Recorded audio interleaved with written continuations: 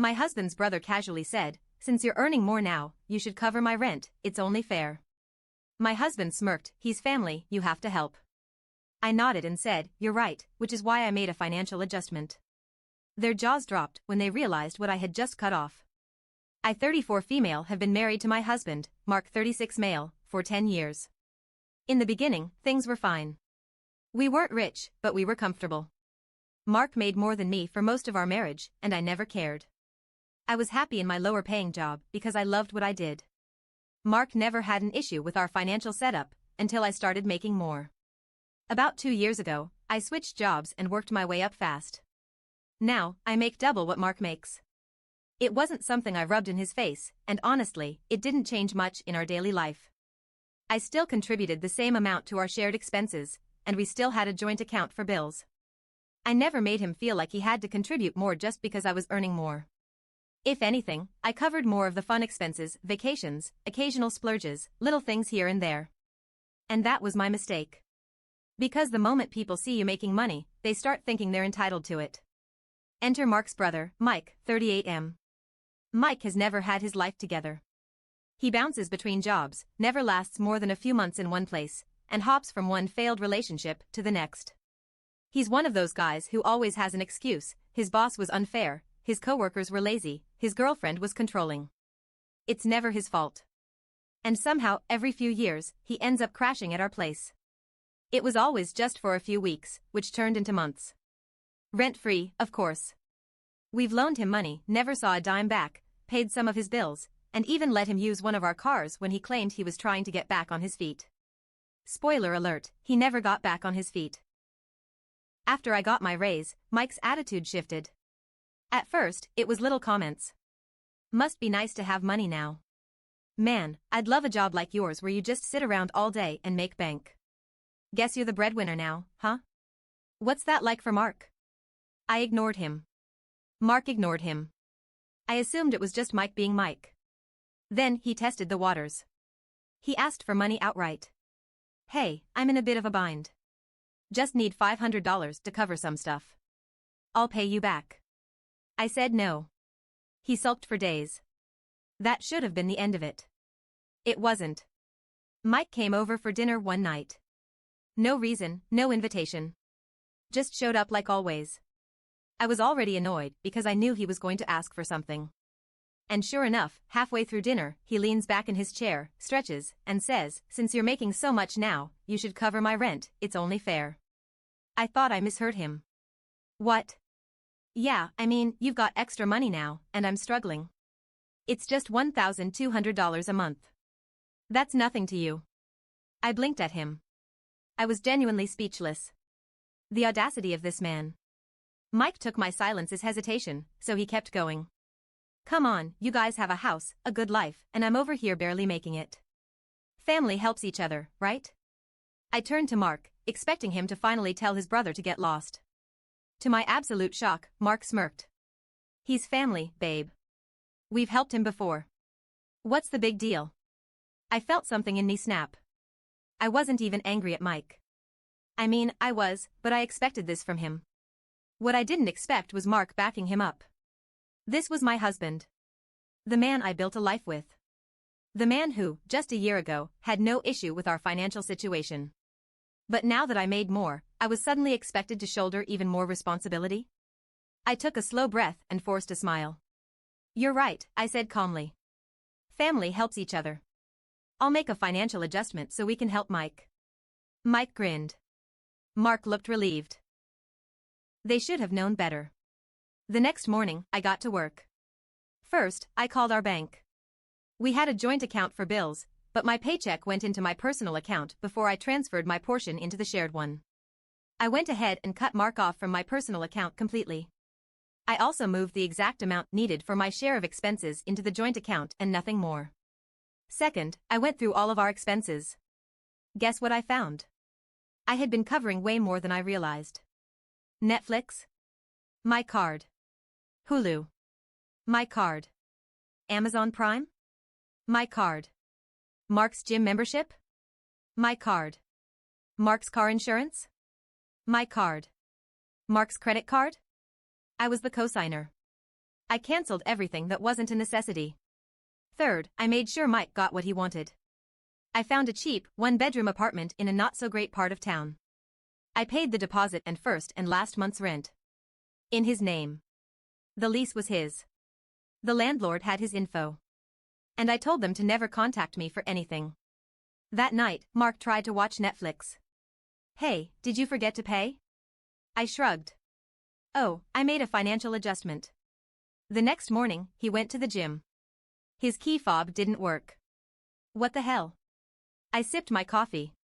Financial adjustment. Then, his car insurance company called. Missed payment. He turned to me, looking furious. Did you cancel my insurance? Nope. Just stopped paying for it. Mark lost it. He yelled about how he needed those things. How it wasn't fair. How I was punishing him for helping his brother. And I just smiled. Don't worry, I said sweetly. Mike's rent is covered now. You said family helps each other, right? The look on his face? Absolutely priceless. Then I pulled out the lease agreement for Mike's new apartment. Oh, and good news. Mike has his own place now. He moves in next week. Mark paled. Mike turned red. And me? I was just getting started. The moment I placed that lease agreement on the table, the entire mood in the house shifted. Mike shot up from his chair like I had just set him on fire. What the hell is this? He barked, snatching the papers. Your new apartment, I said smoothly. You wanted rent covered. Now it is. First and last month, all set. You move in next week. Mark's face twisted in confusion before turning into something nastier. That's not what we meant, he snapped. Mike, still holding the lease like it was a death sentence, waved it around like a lunatic. I didn't want to live alone. I thought I'd stay here. I just needed some help, not a damn eviction notice from my own family. I tilted my head, feigning innocence. Oh. But you said it's only fair since I make more. And Mark agreed. So, I found a solution. Mark slammed his hands on the table. This is insane. You didn't even talk to me about this. I let out a dry laugh. Did you talk to me before offering up my money like it was yours? Silence. Mike scoffed, shaking his head. This is why women shouldn't make more than their husbands, he muttered under his breath. I froze. Mark didn't even react. I slowly turned to face Mike, and he must have realized he'd messed up because his smug face cracked just a little. What was that? I asked, my voice eerily calm. Mike took a step back, but his ego got the better of him. I said, he repeated, this is why women shouldn't make more than their husbands. They get power-hungry and start acting like they run the show. I smiled. A slow, deliberate, dangerous smile. Oh, Mike, I said sweetly, leaning closer, you have no idea how much worse this is about to get for you. I spent the next 2 days making more adjustments. Step 1, a little wake-up call. I called Mike's new landlord and arranged for him to get the keys early. Then I packed up every single item he had in our house, his clothes, his gaming console, his stupid collection of Funko Pops, everything, and dropped it off at his new apartment. No warning. I left a sticky note on top, your new kingdom. Enjoy. When Mike came home that night and found all his stuff missing, he went ballistic. Where's my stuff? At your place, I said, not even looking up from my book. Mark was rubbing his temples like he was on the verge of an aneurysm. Mike stormed over. You can't just throw me out. I didn't, I said. I moved you into your new, fully paid-for place. Why aren't you thanking me? That's when I saw it. Mike wasn't just angry. He was scared. And that's when I realized he wasn't using us just for the money. He had nowhere else to go. No friends. No savings. No girlfriend to mooch off. For the first time in his entire life, he was alone. And he hated it. Good. I wasn't done yet.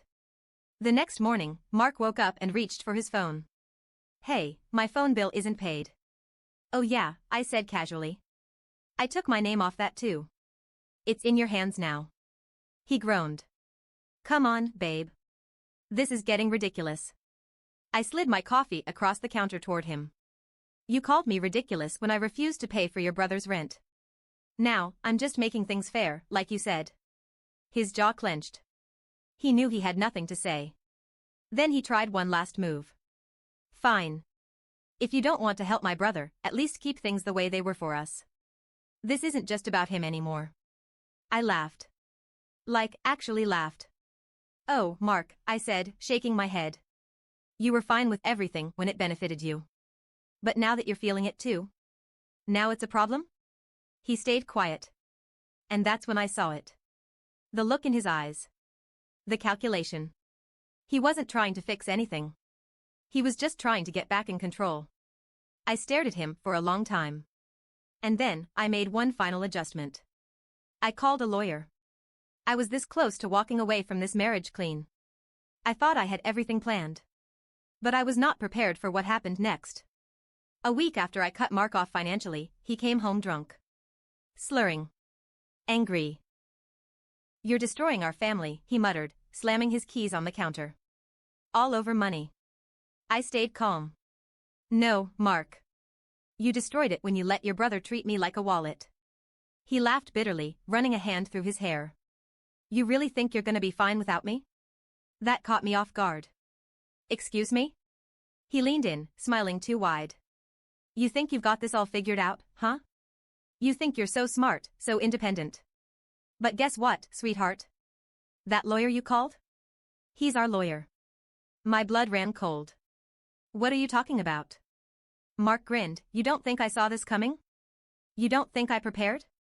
My stomach turned. And then he said something that changed everything. I've been moving money around too. I felt like the room tipped sideways. What did you do? Mark took a slow sip of his beer, enjoying this. Let's just say, if you try to leave, it's not gonna be as easy as you think.